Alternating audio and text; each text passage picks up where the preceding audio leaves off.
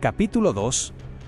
En el grandioso puente de mando del Bucéfalo, Valerian Mengsk, príncipe heredero del dominio Terran, le quitó el tapón a una botella de oscuro oporto de una rara añada, se sirvió una pequeña copa y miró por la enorme ventana que ocupaba toda una pared. El feo planeta Char, rojo y de aspecto amenazador, se veía en primer plano. Allí estaba teniendo lugar una batalla cuyo resultado lo significaba todo para Valerian. En aquel mundo volcánico e inhóspito, o Sarah Kerrigan estaba renaciendo, o la Reina de Espadas estaba masacrando a aquellos que habían ido a rescatar su humanidad perdida. Entre las estrellas también se libraba una batalla. Los Zerg estaban descontrolados, lo que era bueno y malo a un tiempo. Bueno, en el sentido de que sus ataques carecían de estrategia. Malo, en el que eran brutalmente aleatorios. Las propias naves de Valerian estaban envueltas en la pelea, y había visto destruidos al menos 11 de los 25 cruceros de batalla que había llevado. Incluso el glorioso Bucéfalo estaba siendo atacado. Había habido, y todavía había, demasiados condicionantes. Si Raynor había encontrado a Kerrigan, si su equipo pudo colocar el objeto lo bastante cerca como para que funcionase, si el objeto funcionaba siquiera. Valerian confiaba en que sí, pero por supuesto, como sostenía un sabio y antiguo proverbio, los mejores planes de ratones y hombres a menudo se tuercen. Afortunadamente, hasta entonces, parecía que su jugada había resultado, al menos si el comportamiento descontrolado de los Zerg servía de indicación. Aún así, contuvo su alegría, consciente de los condicionantes restantes. Sí. Si Raynor sobreviviría el tiempo suficiente para poner a salvo a Kerrigan, si accedería a entregársela a Valerian, entonces el príncipe heredero lo celebraría de verdad. Anticipándose a ese momento, Valerian había reunido a un grupo de doctores y científicos. Cierto, solo era un equipo circunstancial hasta que pudiesen llevar a Kerrigan a unas instalaciones más apropiadas, pero era una buena selección en todo caso. Estaban esperando, casi tan emocionados como él, preparados para empezar a examinar a Kerrigan en cuanto llegase. Raynor no era tonto. El exforajido tenía que saber que aquellos hombres y mujeres eran muy superiores a cualquier doctor o científico que él tuviese a bordo del Hyperion. Valerian estaba apostando a que, al final, venciese la preocupación de aquel hombre por su amada y Raynor quisiera el mejor tratamiento para Sarah. Valerian movió el líquido ámbar en la copa, sus ojos grises pensativos, y dio un sorbo de la reconfortante bebida. Sacó la lengua para capturar una gota que se derramaba. El poder pronto sería suyo. El poder de demostrarle al fin a su padre que era un hombre tan fuerte, y mejor, que Arcturus Mengsk. Pero para Valerian era todavía más importante saber qué tenía Kerrigan dentro de la cabeza. Al menos esperaba que todavía guardase conocimiento. Podría ser que no recordase nada de haber sido convertida en un monstruo, la gloriosa y aterradora Reina de Espadas, la señora de los Zerg. Podría ocurrir incluso que su mente hubiese quedado completamente destrozada por la transformación. Le pesaría si ese fuese el caso. Más que el poder o las riquezas, a Valerian le emocionaba el conocimiento y lo valoraba más. Sobre todo, el conocimiento de lo antiguo. Y, sin duda, Kerrigan lo había poseído. La música que emanaba del disco de vinilo que daba vueltas en el fonógrafo antiguo fue aumentando de volumen hasta alcanzar un crescendo y se detuvo. En la sala sonaba un débil ruido de rasguños. Valerian extendió su bien cuidada mano, levantó la aguja y volvió a colocarla al principio del disco. De nuevo empezaron a sonar viejos instrumentos, y la voz de una mujer humana que llevaba siglos muerta comenzó a cantar. Por supuesto, se podía utilizar el conocimiento para provecho personal. Pero, igual que la ópera que solo estaba escuchando a medias, era hermoso y valioso, y tenía valor sencillamente por ser lo que era. Por existir. Tomó otro sorbo de oporto y reflexionó sobre el poder de algo llamado amor. Valerian había amado a su fallecida madre, pero, aparte de eso, no tenía mucha familiaridad con ese sentimiento. Sabía lo que era el respeto y el afecto por otros, pero nunca creyó haber estado enamorado. Esperaba estarlo algún día. Como hombre que anhelaba comprenderlo todo, deseaba experimentar una fuerza tan poderosa. Más de una vez había sido testigo de lo que podía hacer. El amor había convertido a R.M. Dahl, una asesina extremadamente eficiente y ególatra, en una mujercita dispuesta a matar y morir no solo por el hombre que inesperadamente descubrió que amaba, sino también por los ideales que aquel defendía. Y aquel hombre, el profesor Jacob Jefferson Ramsey, es, no solo la amaba a su vez, sino que también había aprendido a comprender, admirar y sí, amar a toda una raza alienígena. Valerian admitía de buen grado que no se había quedado impávido ante la experiencia de haber conocido a esas dos personas. Le había hecho lamentar aún más lo que más tarde había ordenado que le hiciesen a Jake. Ahora otro hombre que amaba con todo su corazón le había hecho a Valerian quizás su mayor servicio. El rubio príncipe sabía bien que Jim Raynor era el único motivo de que Sarah Kerrigan siguiese viva ahora. Raynor la amaba a pesar de aquello en lo que se había convertido, a pesar de las atrocidades que había llevado a cabo. La amaba lo suficiente como para arriesgar su vida y las de otros, lo suficiente como para entrar en la boca del lobo sin tener ni idea de si encontraría a la muerte o a su amada. Impresionante, muy impresionante todo. Valerian movió el líquido que le quedaba en la copa y sonrió ligeramente. Alzó la copa y dijo con su voz dulce y agradable: «Bueno, entonces, por el amor», y se bebió las últimas gotas. Los dos iban de camino con el objeto. Le había dicho Lizzie a Jim hacía como 4 siglos, según le parecía a este. En esos 4 siglos, que más probablemente habían sido 4 minutos, Jim y su grupo habían apilado una cantidad impresionante de cadáveres de Zerg, aunque ese montón había empequeñecido cuando 2 hidraliscos habían acudido a atacar a los Terran. Los asaltantes de Jim habían hecho pedazos de color magenta a uno de ellos. El superviviente había clavado sus patas semejantes a guadañas en el cuerpo de un Zerg y se había retirado. Los asaltantes habían lanzado vítores sin malgastar munición cuando la enorme criatura se alejó arrastrándose con su trofeo. Al fin la solución a los Zerg, había dicho Fraser: cortarles la cabeza y darles a los otros los miembros para que se los coman. Jim le había dedicado una mirada, pero no había habido malicia en el comentario. Y era cierto. La reina de espadas había desaparecido, aunque la humana que había sido su origen estaba, o eso esperaba él, dentro de la nave de despliegue. Sonó un crujido en el oído de Jim. «Estamos a 1 kilómetro», dijo Lizzie. «Lo sentimos, chicos. Este juguete Xel'Naga nos está ralentizando un poco. Y tenemos que cargamos a unos cuantos perritos malos de camino». Jim no pudo evitar sonreír al oír a Lizzie quitarle importancia a lo que él sabía bien que era una cuestión de vida o muerte. «Oído», dijo Jim, manteniendo la voz baja, animándolos. Señaló a 2 de sus hombres. «Fraser, Rolfsen, adelántense y vayan a buscarlos. Despejadles el camino. Tenemos suficientes aperitivos para distraer a la próxima oleada. Esos chicos no tienen nada». «Sí, señor», dijo Fraser. Rolfsen y él se fueron. «Señor», dijo la voz del piloto en el oído de Jim, «recibo información de que hay un enjambre de mutaliscos reuniéndose entre nosotros y la flota principal allá arriba». El tono de voz del piloto, cuidadosamente normal, demasiado neutral, le dijo a Jim lo que quería saber. «Kerrigan sigue inconsciente», dijo Jim. «Es imposible que los esté dirigiendo ella». «Si usted lo dice, señor». «Pero se están reuniendo. Podrían estar siguiéndonos». «No puedo estar seguro». «Quizá hayan decidido que les gusta la compañía», replicó Jim. «A menos que pueda decirme con exactitud cómo funcionan los Zerg cuando no reciben órdenes, vamos a asumir que no es más que una coincidencia».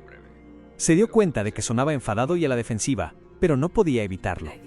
Sabía que Sarah no estaba controlando a los Zerg. Lo sabía de un modo que no podría explicar. «Sí, señor». El polvo anunciaba algo que se acercaba por tierra. Jim no sabía lo lejos que estaba. Levantó el arma, pero notó un escalofrío en la nuca, el instinto de un hombre tan acostumbrado a luchar que las tripas eran a veces más inteligentes que la cabeza.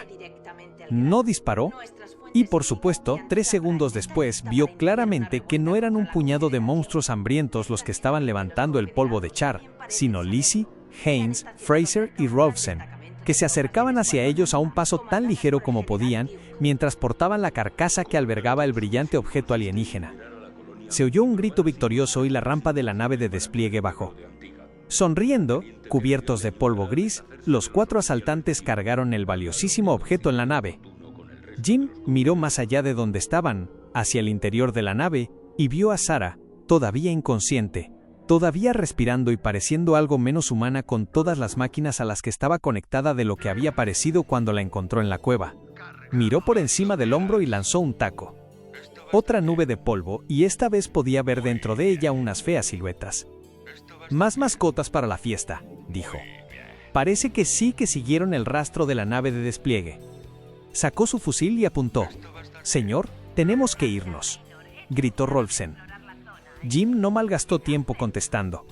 Tenían que despegar, pero lo harían mejor sin un puñado de Zerg lanzando sus cuerpos contra la nave. Los masacró según se acercaban, sin experimentar remordimiento ni alegría. Saltó dentro de la nave y se tambaleó hasta el asiento de al lado de Kerrigan.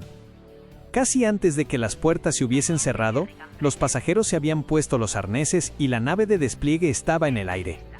Jim y los demás abrieron los visores. El aire reconducido nunca les había parecido tan dulce. Al inhalar agradecido, a Jim le sorprendió encontrarse pensando no en su fuga, que todavía era incierta, ni siquiera en Zara, sino en Tychus. Tengo que estar encerrado en esta armadura hasta que pague todas mis deudas. Tychus Findlay se había llevado la cárcel puesta, había vivido y había muerto en ella. Ojalá hubiese habido otro modo. Jim apartó la idea y volvió su atención hacia Kerrigan. El cuerpo estaba asegurado con uno de los arneses que los protegían a todos y tenía los ojos cerrados. La cabeza se le movía de lado a lado, y el extraño cabello, si es que se le podía llamar así, se movía no por su propia cuenta sino con el movimiento de la nave. Preston se había asegurado de que la manta tapaba por completo a Kerrigan, protegiendo su desnudez. Aunque tampoco es que Zara hubiese sido una delicada florecida cuando se trataba de esas cosas.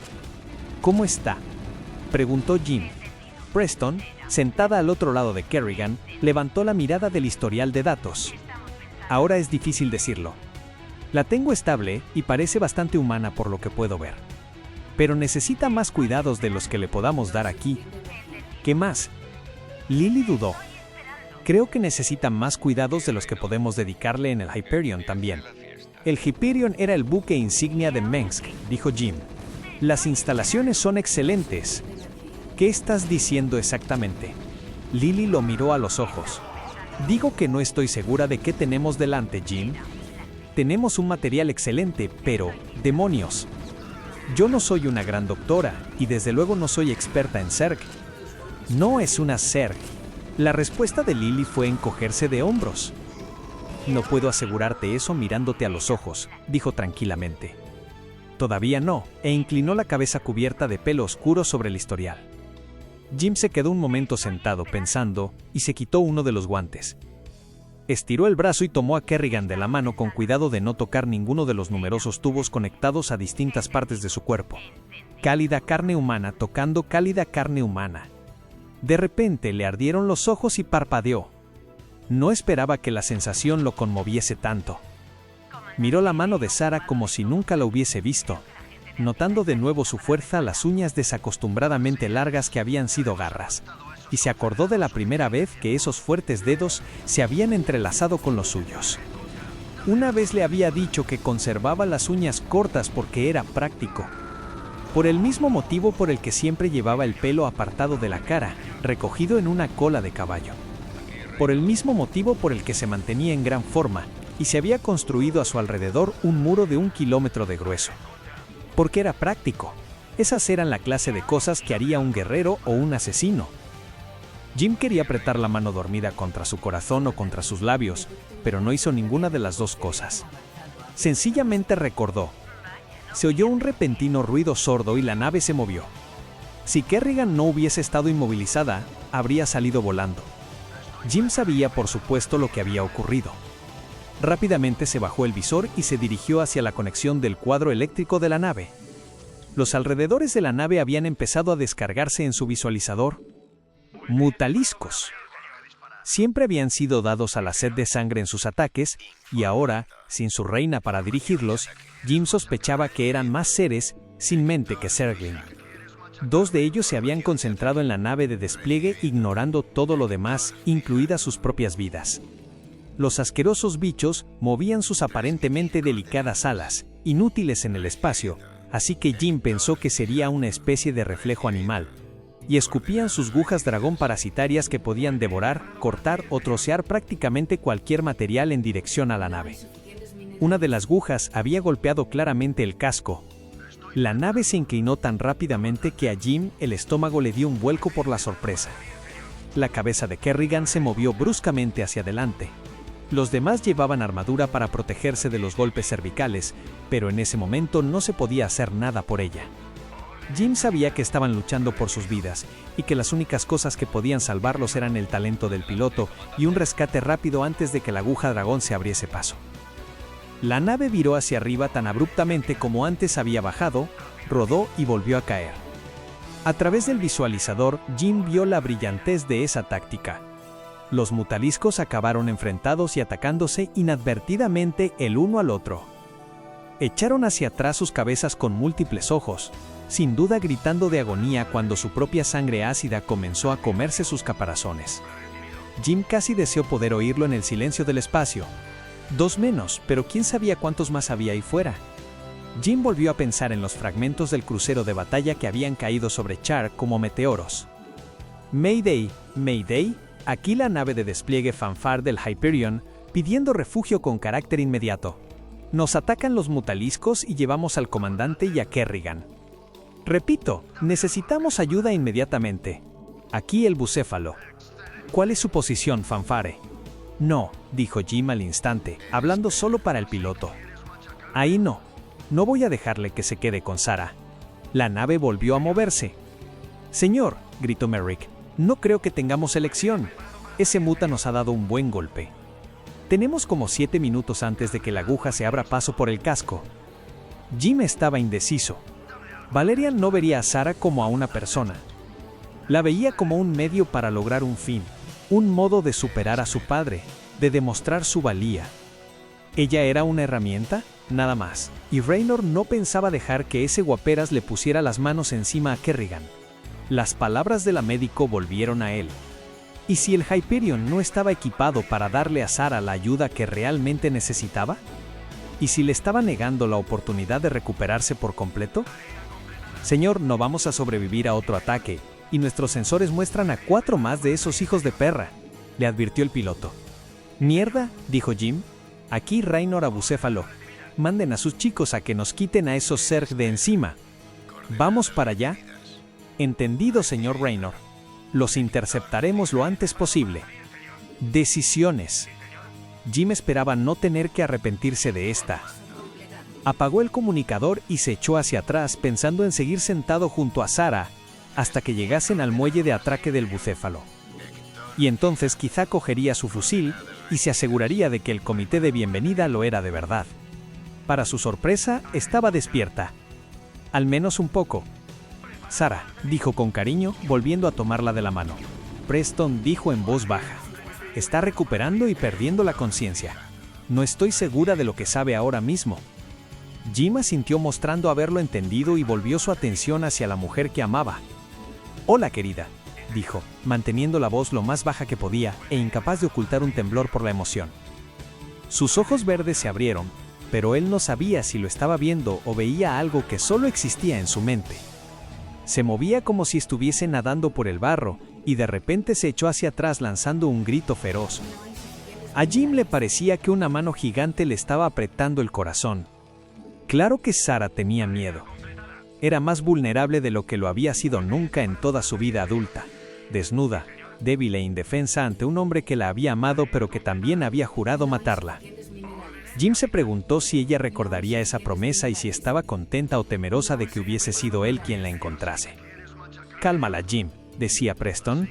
Los otros asaltantes lo observaban atentamente.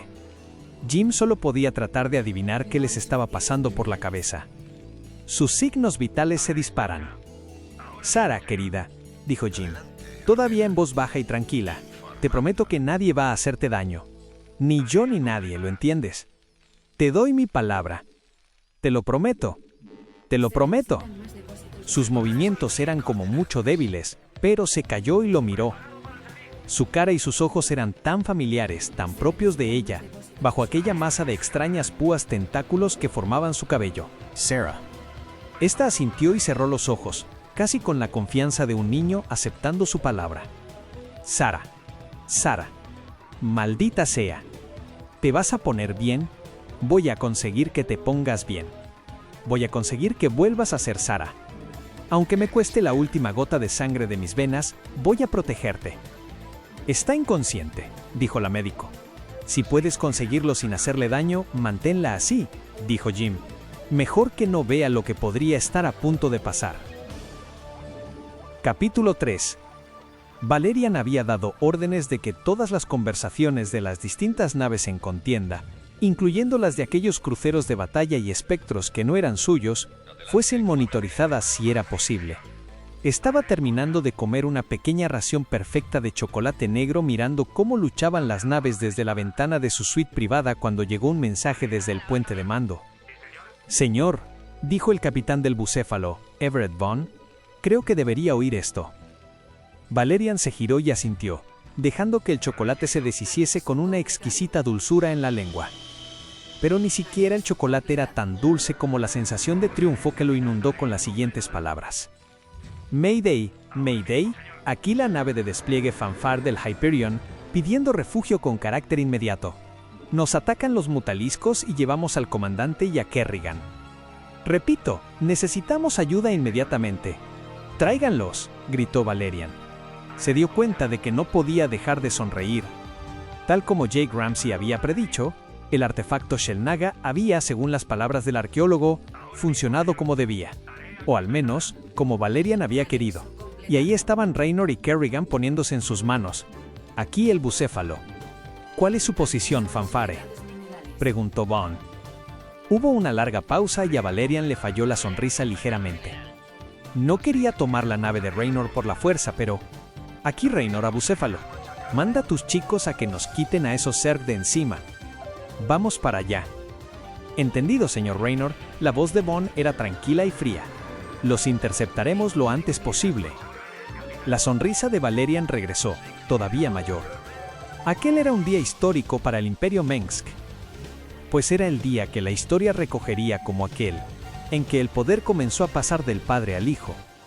«Capitán Vaughn, los recibiré en el muelle de atraque», dijo, y se movió tan deprisa que la capa roja que llevaba aleteó enérgicamente a sus espaldas.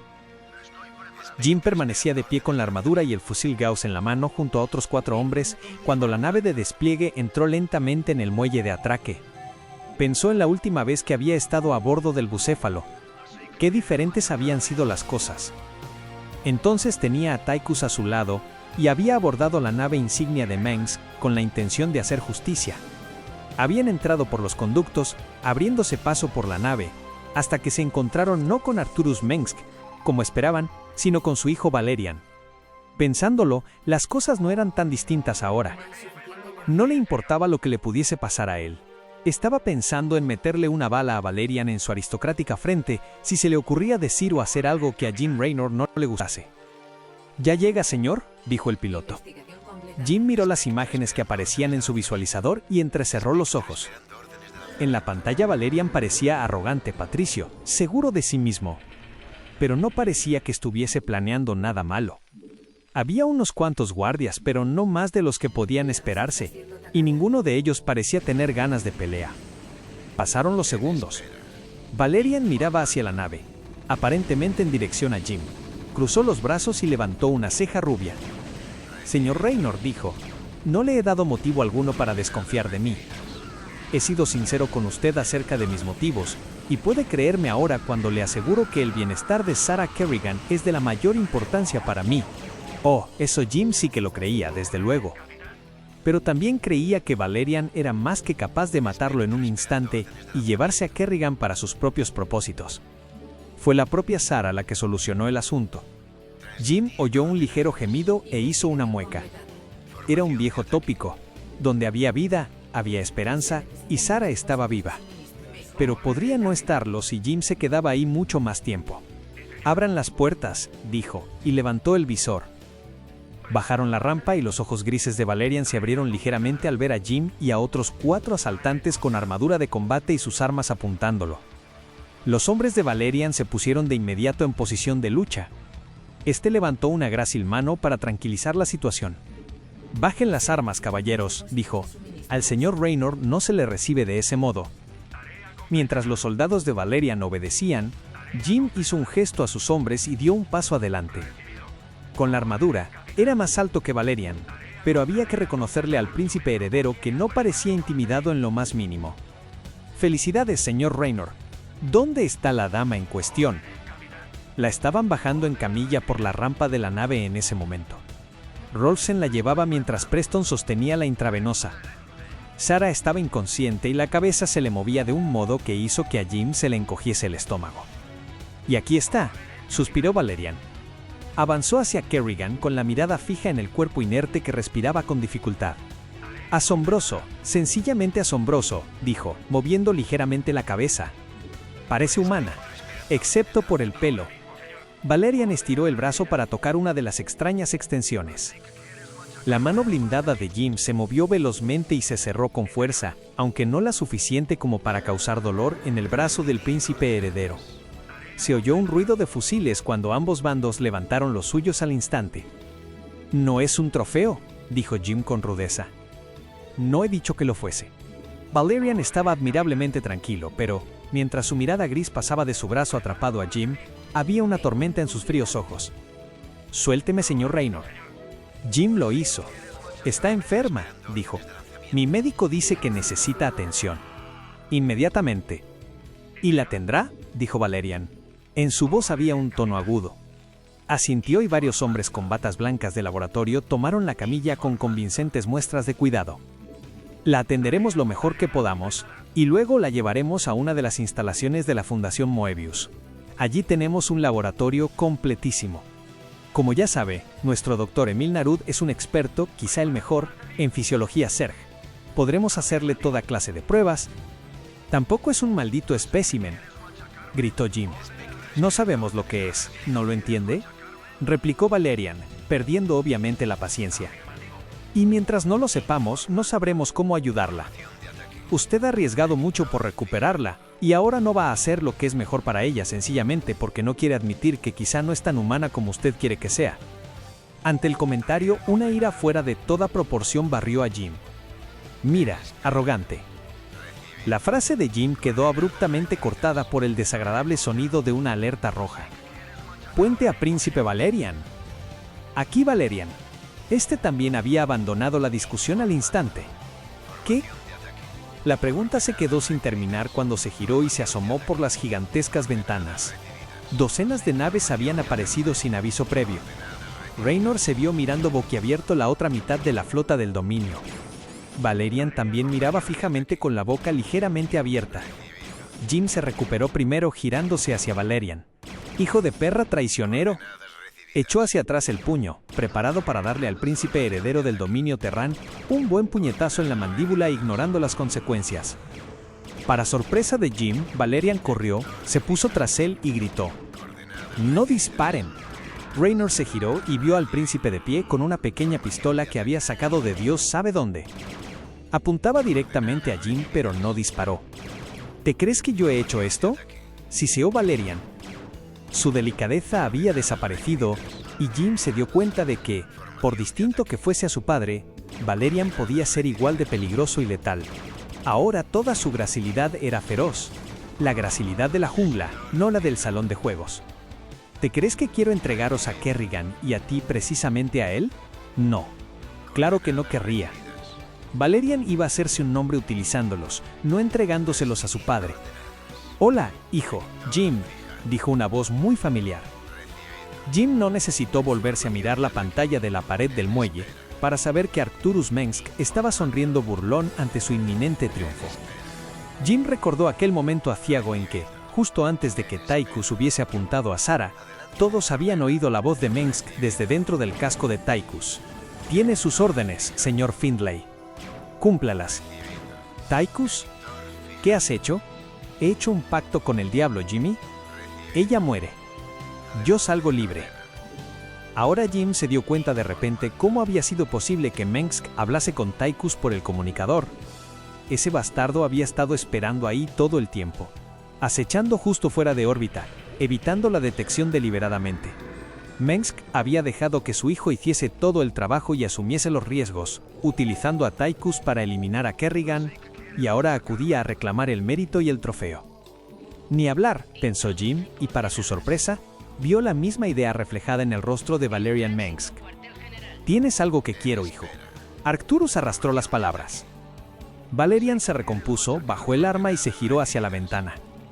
El victorioso se lleva el botín, padre, dijo con una calma que dejó pasmado a Raynor. Eso me lo enseñaste tú.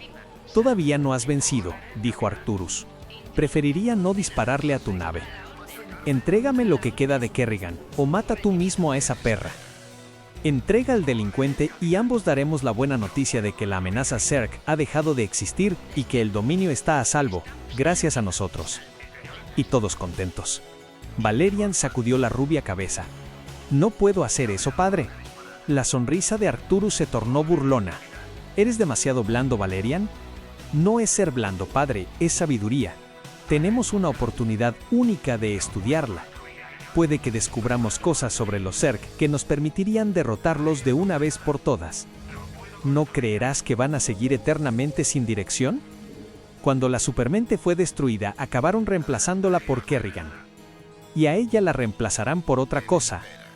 Esa fea perspectiva no se le había ocurrido a Raynor. Miró hacia la camilla de Kerrigan. Cuando la alerta roja sonó, los científicos se habían quedado quietos, esperando órdenes. Mientras Mengsk, hijo y padre discutían, iban pasando valiosos segundos. Captó la mirada de Valerian y señaló con la cabeza en dirección a Kerrigan. Valerian asintió casi imperceptiblemente y los científicos se fueron enseguida. Jim quería ir con ellos, pero aún más necesitaba saber si Valerian iba a seguir defendiendo su posición. Conocía tu pequeño plan, hijo, y es una pérdida de tiempo. A Kerrigan hay que sacrificarla como la perra rabiosa que es. Jim no pudo evitarlo. Replicó. Igual que todos los que no están de acuerdo contigo, Arcturus? ¿Qué propio de ti enviar a un criminal endurecido para meterle una púa en el cerebro a una mujer desnuda e indefensa? Arcturus soltó una risita. Oh, Raynor, eres un idiota enamorado. Sarah Kerrigan no ha estado indefensa desde el día en que salió del vientre de su madre, y lo sabes. Y entonces Valerian dijo algo que dejó asombrados a su padre y a Jim. Es más que un fantasma o un Zerg. Es el cumplimiento de una profecía. Jim se quedó boquiabierto. ¿Cómo sabía eso Valerian? Ni él mismo lo habría sabido si su viejo amigo Zeratul, prelado de los templarios espectrales, no hubiese arriesgado la vida para encontrar a Jim y darle un cristal que compartía el encuentro de aquel Protoss con Kerrigan. Iban a volver. Los Xel'Naga iban a volver. ¿Qué había dicho Zeratul? Tendrás su vida en tus manos. Y, aunque la justicia exige que muera por sus crímenes, solo ella puede salvarnos. Si Zeratul creía aquello, Jim también. Y, aparentemente, también Valerian. Las espesas cejas de Arcturus Mengsk se juntaron sobre sus ojos. ¿Qué demonios estás balbuceando? No he estado ocioso, padre. Estos últimos años he aprendido mucho. Los Protoss son una raza antigua, y creen que sus creadores, los Xel'Naga, los mismos seres que fabricaron esos objetos que he estado coleccionando y que parecen haber vuelto humana a Kerrigan de nuevo, van a regresar. Y que Sarah Kerrigan podría ser nuestra única esperanza cuando lo hagan. ¿Y te lo crees? La voz de Arcturus Mengsk era una mezcla de incredulidad y desprecio. La crea o no, la profecía existe y es importante. Demasiado importante como para que actuemos precipitadamente mientras no sepamos más. Si matamos a Kerrigan ahora, podríamos estar sellando nuestro destino. El único destino que me interesa es el que yo me fabrico, muchacho. Y ese debería ser el único que te interesara a ti también. Por si no te has dado cuenta, somos humanos, ni Protoss ni Zerg. Y cualquier cosa que esos místicos de piel huesuda te hayan contado, tiene todas las probabilidades de tener más de fantasías y sueños que de otra cosa. Ahora sé un buen hijo. Mata a ese error de mujer que resulta ser la peor enemiga de tu padre, por no mencionar de la humanidad, o entrégamela y deja que papaíto haga el trabajo sucio. Valerian, no puedes.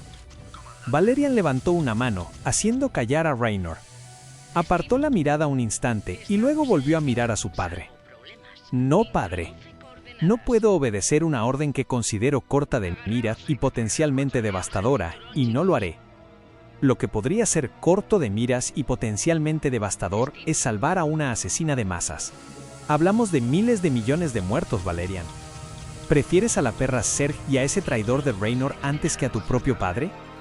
Lo que prefiero, dijo Valerian, y su voz se hacía más fuerte con cada palabra, es no sacrificar este sector por imprudencia y el deseo personal de venganza de mi padre. Y ambos sabemos que se trata de eso. No estoy excusando lo que ha hecho, Estoy apelando a lo que has hecho tú. Dio un paso adelante cerrando los puños. Todavía puedes elegir seguir conmigo, padre. Olvida tu venganza. Mira con los ojos de un auténtico líder todo lo que está en juego aquí.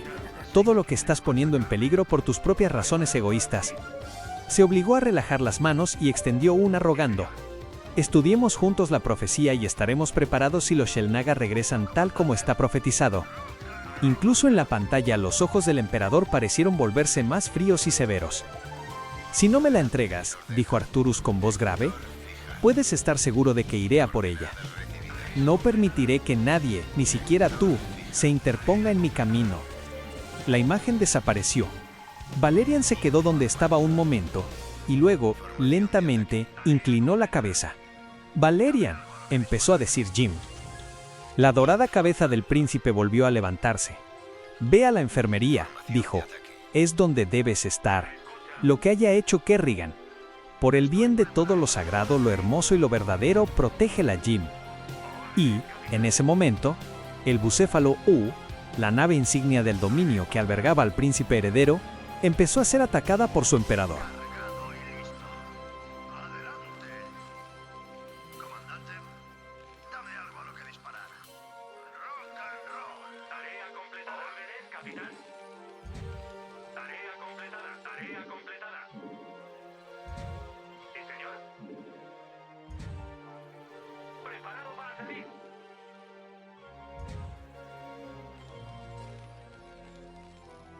Introduce coordenadas. Cargado y listo. Introduce coordenadas. Agarraos. Recibido. Cargado y listo. Órdenes completadas. Disparar. Preparado para salir. Así que quieres machacarme. Tarea completada. Tarea completada. No hay suficiente energía.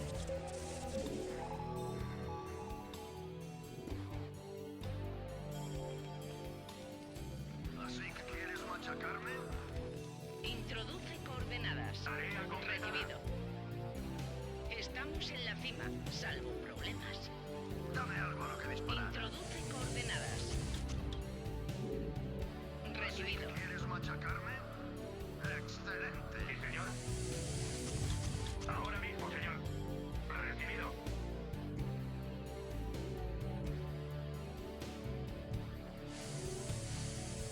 Comandante. Órdenes, capitán. Recibido. Destino. Agarraos.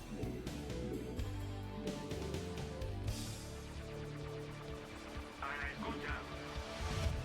Así que quieres Preparado para machacarme. salir. Órdenes, capitán. Estoy preparado. Adelante. Rock and roll. Así que quieres machacarme.